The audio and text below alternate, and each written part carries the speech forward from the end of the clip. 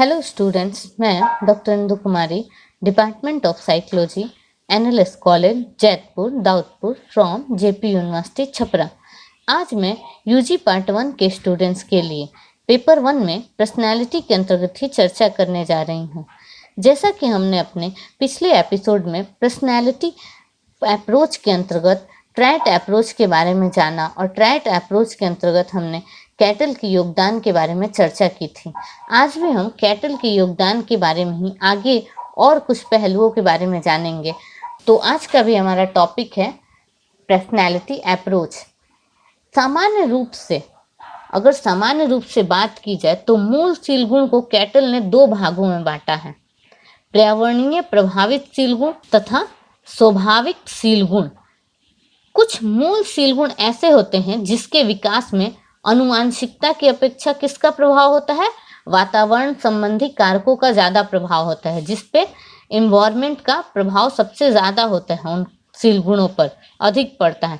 तो इसे क्या कहते हैं? पर्यावरण प्रभावित सील गुण, एनवायरमेंटल मॉडल ट्रैट्स कहा जाता है। और कुछ ऐसे सील गुण होते हैं जिनके विकास में वातावरण की अपेक्षा किसका प्रभाव होता है? अनुवांशिकता का अधिक प्रभाव होता है। तो इस तरह के सील गुण को क्या कहा जाता है?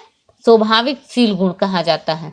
तो ये 2 तरह के सील गुण पाए जाते हैं। कैटल ने सील गुणों का विभाजन उस व्यवहार पर भी किया जिससे वे संबंधित होते हैं, मतलब बिहेवियर के आधार पर भी, जिससे वो रिलेटेड होते हैं उसके आधार पर भी उन्होंने सील गुणों का विभाजन किया।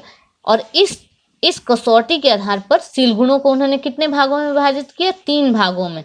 पहला हो गया गत्यात्मक सील गुण, जिसे डायनेमिक ट्रैट्स कहेंगे। दूसरा क्षमताशील गुण, एबिलिटी ट्रैट्स, तथा तीसरा है चित्त प्रकृति सील गुण, जिसे टेम्परोमेंट ट्रैट कहा जाता है। तो ये मुख्य रूप से 3 भागों में उन्हें बांटा उन्होंने। किसके आधार पर? व्यवहार के आधार पर। गत्यात्मक सील गुण अब किसे कहेंगे? गत्यात्मक सील गुण वैसे सील गुणों को कहा जाता है जिसे व्यक्ति का व्यवहार एक खास लक्ष्य की ओर क्या होता है? अग्रसरित होता है, बढ़ता है। जैसे मनोवृत्ति, अग्र तथा मनोभाव गत्यात्मक सील गुण के क्या है? उदाहरण है।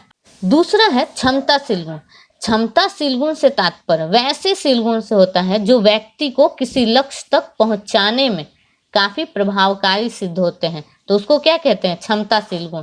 और तीसरा है चित्त प्रकृति। चित्त प्रकृति का मतलब वैसे सील गुण से होता है जो किसी लक्ष्य पर पहुंचने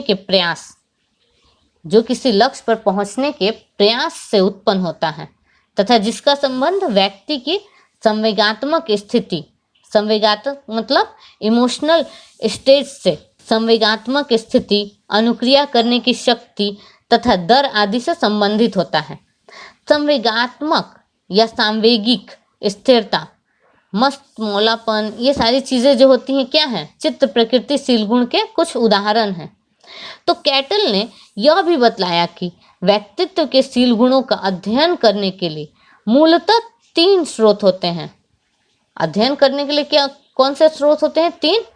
जीवन अभिलेख, आत्म रेटिंग तथा वस्तुनिष्ठ परीक्षण। पहले स्रोत से प्राप्त आंकड़ों को एल डाटा, दूसरे स्रोत से प्राप्त आंकड़ों को क्यू डाटा तथा तीसरे स्रोत से प्राप्त जो आंकड़े होते हैं उसको ओटी डाटा कहा जाता है। और इन तीनों के आधार पर क्या किया जाता है? इन स्रोतों के आधार पर सील गुणों का अध्ययन किया जाता है। तो इस तरह से हमने जाना कि कैटल ने सील गुण सिद्धांत के अंतर्गत, सील गुण अप्रोच जो है उसके अंतर्गत उन्होंने क्या क्या योगदान दिया और किन किन बातों पे चर्चा की और किन किन चीज़ों को उन्होंने बताया। तो इस तरह से हमने कैटल के योगदान को जाना।